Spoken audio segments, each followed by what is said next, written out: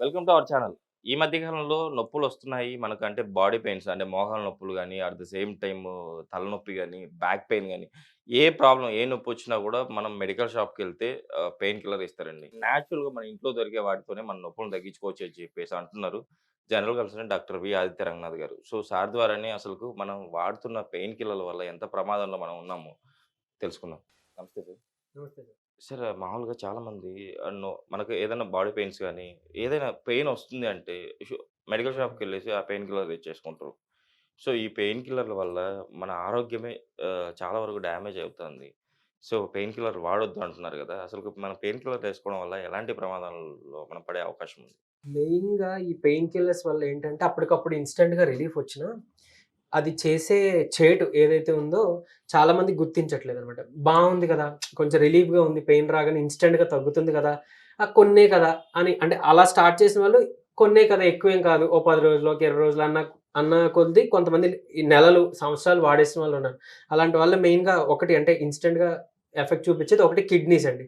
So, ఆ kidneys మీద effect పడి, ఆ క్రియాటినిన్ లెవెల్స్ అంటే కిడ్నీ ఫంక్షనింగ్ తగ్గిపోయి, కిడ్నీ ఫెయిల్యూర్స్‌కెళ్ళిపోయే అవకాశాలు కేసెస్ చాలా ఉన్నాయి యాక్చువల్‌గా.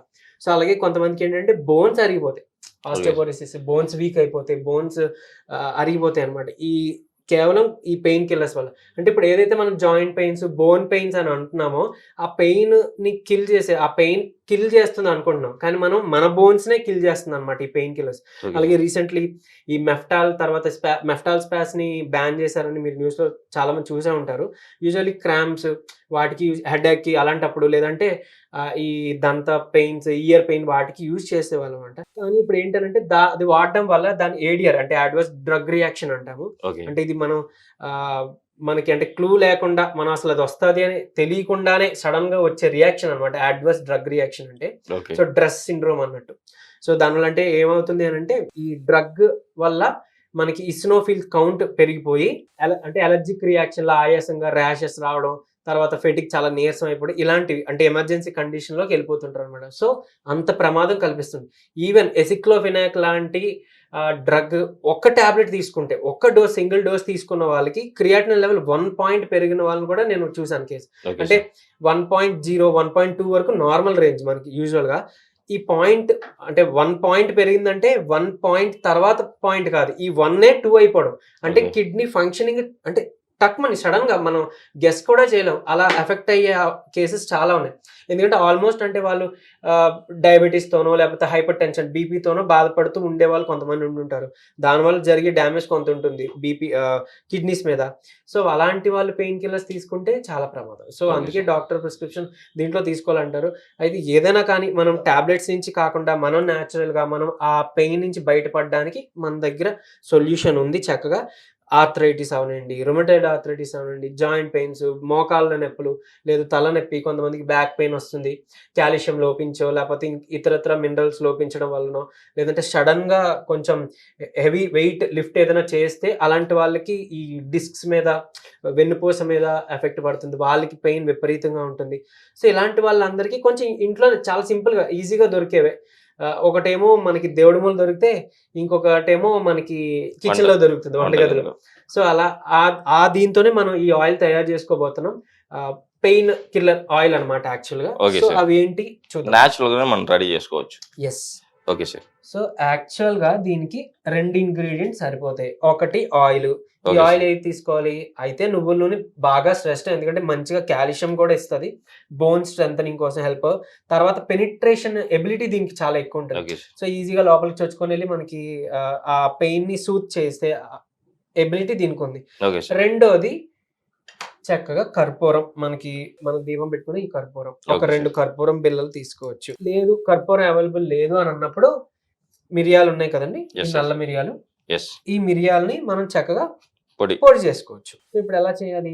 ఈ ఆయిల్‌ని చక్కగా స్టవ్ మీద ఒక 5 నిమిషాలు జస్ట్ వెచ్చబెడితే చాలు. అంటే లూక్ వార్మ్ అంటాం. గోరువెచ్చగా అయితే చాలు. మరీ హీట్ అయిపోవసరం జాగ్రత్త బొబ్బర్లొచ్చేస్తాయి. Okay so, sir. గోరువెచ్చగా చేసుకొని, ఇందులో అయితే చిటికెడు మిరియాల పొడి యాడ్ జేయాలి. Okay sir.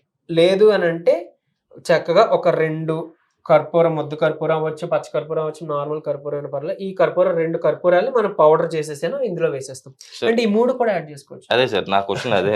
నేను అదే అడుగుదాం అనుకుంటున్నా. సార్ సెపరేట్ చెప్తున్నారు. అంటే 3 యాడ్ చేస్తే ఫలితం ఇంకా ఎక్కువ వచ్చే అవకాశం ఉందా? ఏంటి అనంటే ఇక్కడ చూసుకోవాల్సింది కొంచెం మిరియాలు వల్ల మనకి ఆ రీజన్‌లో చిన్న మంటొస్తది. So, okay. అందులో కర్పూరం కలుపుతున్నాం. సో, ఏంటి అనంటే ఈ 2 కలుపుకునేటప్పుడు ఆబ్వియస్‌లీ ఎక్స్‌ట్రా బెనిఫిట్స్ ఉంటాయి. సో, అలాంటప్పుడు ఏంటంటే కొంచెం మోతాదు చూసి మనం కలుపుకోవాలన్నమాట. ఓకే అంటే సార్. ఫస్ట్ డే మీరు పెట్టుకుంటారు కదా! మీకే అర్థమవుతది ఎంత మోతాదు కలిపితే మనకి మంటగా ఉంటుంది, ఓకే. డిస్కంఫర్ట్‌గా ఉంది అని. నెక్స్ట్ టైమ్ నుంచి మీరు కలుపుకునేటప్పుడు కొంచెం తగ్గించి కలుపుకోండి. సో, యూజువల్లీ ఈ 3 కలిపేసుకోవచ్చు. లేదంటే ఏదైనా 2 అయినా కలుపుకోవచ్చు. ఓకే. ఇది ఏ బోన్ పెయిన్స్ వచ్చినా, ఎక్కడ బాడీలో పెయిన్స్ వచ్చినా, తలనొప్పి వచ్చినా, తర్వాత మోకాళ్ళ లేదంటే నొప్పులు గాని మోకాళ్ళ ఏవైనా నొప్పులు, కూడా మోకాళ్ళ ఎవ్రీథింగ్. నొప్పులు బ్యాక్ పెయిన్స్ గాని, ఇలాంటివి ఏవైతే పెయిన్ కిల్లర్ ఏసినా కూడా ఒక్కొక్కసారి తగ్గని పెయిన్స్ ఉంటాయి. సో, అలాంటి వాళ్ళకి చక్కగా ఈ జాయింట్ పెయిన్స్ వాటికి ఇది బాగా హెల్ప్‌ఫుల్ అన్నమాట. Okay sir. జస్ట్ ఒక 5 నిమిషాలు మీరు బాయిల్ చేస్తారు. కొంచెంసేపు ఇది కలిపేసి మూత పెట్టేస్తే ఇంకా బాగా మిక్స్ అవుతుందన్నమాట. ఓకే కొంచెం సార్. గోరువెచ్చగా అయినాక మనం తీసుకోవచ్చు. దీంతో చక్కగా మీకొకటి అంటే మీ కిడ్నీలు కాపాడుకోగలుగుతున్నారు, మీ లివర్‌ని కాపాడుకోగలుగుతున్నారు, మీ బోన్స్‌ని కాపాడుకోగలుగుతున్నారు. ఈ పెయిన్ కిల్లర్స్‌ని పక్కన పెట్టేసి. అలానే మీకు ఆ మనీ కూడా సేవ్ అయినట్టే లెక్క. సార్ ఇంకొకటి ఆహ్, ఇది మనమైతే ప్రిపేర్ చేసి వాళ్ళకు చేసి చూపిద్దాము. హ్మ్. లోపల నాకేందంటే నాకొక డౌట్ ఉంది సార్. అసలుకి యాక్చువల్లీ పెయిన్ కిల్లర్స్ మనం తీసుకోవాలంటే హ్మ్. డాక్టర్ సలహా లేకుండా నొప్పి యెస్. వస్తే వెళ్లి మెడికల్ షాప్‌కెళ్లి అడుగుతున్నారు. వెంటనే ఇచ్చేస్తున్నారు. ఇది ఎంతవరకు కరెక్ట్ అంటారు? యాక్చువల్లీ ఓటీసీ డ్రగ్స్ అని ఉంటాయి సార్. ఓవర్ ది కౌంటర్ అంటారు. సో, ఓటీసీ డ్రగ్స్ ఏంటంటే ప్రిస్క్రిప్షన్ అవసరం లేదు జనరల్‌గా. కానీ అన్ని ఆహ్, ఈ పెయిన్ కిల్లర్స్ అలా ఇవ్వకూడదు. నార్మల్‌గా ఇప్పుడు యాంటీబయోటిక్స్ కూడా అలా ఇవ్వకూడదు. కాకపోతే ఏదైనా ఒక మెడికల్ షాప్‌కెళ్ళి జనాలు అలా వెళ్లి అడిగితే ఫార్మసిస్ట్ అంటే ప్రొఫెషనల్ కాని ఫార్మసిస్ట్ ఏం చేస్తారంటే ఏదో ఇచ్చేస్తారు. ఒక 2 యాంటీబయోటిక్స్ ఉదయం ఒకటి, రాత్రి ఒకటి ఏసేసుకోండి తగ్గిపోతది. తర్వాత ఈ పెయిన్ కిల్లర్ ఒకటి ఏసేసుకుంటే తగ్గిపోతుందని. ఎందుకంటే వాళ్ళకి ఆ హిస్టరీ తెలీదు. వెనకాల వాళ్ళకి కిడ్నీ డిసీజ్ ఉందా? లేకపోతే డయాబెటిస్ ఉందా? లేకపోతే ఇంకేమైనా ఇది ఉందా? అనేది వాళ్ళకి తెలీదు. ఇంకోటి ప్రొఫెషనల్ అయినా కూడా కొంతమంది ఫార్మసిస్టులు ఏంటి అనంటే వాళ్ళు పెట్టుకున్న సెటప్‌కి ఎందుకంటే ఇప్పుడు ఇంత కోర్స్ వాడాలి. మీ డాక్టర్ దగ్గరికెళ్లి కలిసి రండి ఇస్తాం అనంటే వాళ్ళ బిజినెస్ పోతది. సో, వాళ్ళని బ్లేమ్ చేయలేం. జనాలకి అవేర్‌నెస్ రావాలి. అటు ఆబ్వియస్‌లీ ఆ ప్రొఫెషనల్ ఫార్మసిస్టులు కూడా అవేర్‌నెస్ మనం తీసుకురావాలి ఖచ్చితంగా. సో, ముందు జనాలు మనం అంటే మారితే గనక అటు ఆటోమేటిక్‌గా అది కూడా చేంజ్ వస్తుంది. ఎందుకంటే వీళ్ళెళ్లి ఇంక సర్లే అన్ని తీసుకోవాలా మాకొద్దులే వేరే మెడికల్ షాప్‌కెళ్ళిపోతాం అనుకుంటే పాపం వాళ్ళకి కూడా ఆహ్, లాస్ అయిపోతారు కాబట్టి ఇంకా వాళ్ళు కొన్ని కొన్ని సార్లు మనసు చంపుకొని కూడా ఇచ్చేస్తుంటారు. సో, అవేర్‌నెస్ అయితే కావాలి. Okay sir. ఇప్పుడైతే మనం ప్రిపేర్ చేసి చూపిద్దాం సార్ వాళ్ళకి. ఎంత మోతాదులో ఏసుకోవాలి సార్ మనం ఇవి? ఈ మోకాళ్ళకనుకోండి 2 పక్కల మోకాళ్ళు అలా ఉంది. లేకపోతే ఎల్బోస్‌కి అలా అయితే ఎక్కువ ఆయిల్ పడుతుంది. అదే ఓకే. చిన్నగా మనకి హెడ్‌ఏకే అనుకోండి. జస్ట్ ఇక్కడ మాత్రం రాసుకోవడానికైతే ఒక 2 టీ స్పూన్స్ అలా తీసుకుంటే సరిపోతుంది. Okay so, sir. ఇది ఇంకోటేంటనంటే ఒకవేళ ఎక్కువ తీసుకున్నా చక్కగా స్టోర్ జేసుకోవచ్చు. Okay sir. కానీ చెడిపోయేది గాదు. చెడిపోదు. ఏమి పాడవ్వదు. Okay sir. కానీ ప్రతిసారి పెట్టుకునేటప్పుడు మాత్రం కంపల్సరీ మీరు దాన్ని గోరువెచ్చగా చేసుకోండి. Okay sir. కొంచెం గోరువెచ్చగా ఉన్నప్పుడే మనం అప్లై చేసుకుంటే అది బెటర్. కొంచెం ఆహ్, పెనిట్రేషన్ బావుంటది. ఆ స్వెల్లింగ్‌ది అది మనకి త్వరగా రిలీఫ్ ఇస్తుంది. ఎందుకంటే ఆ పెయిన్ కాజింగ్, స్వెల్లింగ్ కాజింగ్ ఏంటంటే ప్రోస్టాగ్లాండిన్స్ అంటాం. అవన్నీ కూడా వచ్చి ఓకే అక్కడ సార్. మనకి అక్యుములేట్ అయిపోతాయి. దానివల్లనే ఓకే సార్. Thank you. దానివల్లనే మనకి అక్కడ స్వెల్లింగ్, ఆ పెయిన్, ఆ వాపు ఉంటాయి. సో, అవి ఓకే అక్కడి సార్. నుంచి సెగ్రిగేట్ అయిపోతాయన్నమాట. రెండా సార్ ఇవి గోరువెచ్చగా మనం ఏసుకోవాల్సింది? 2. Okay sir. 2 ఏసాము. యాహ్! ఇప్పుడు దీంతో ఈ పాటు కావాలంటే ఇదిగోండి చిటికెడు మనం మిరియాల పొడి కూడా ఏసుకోవచ్చు. Okay sir.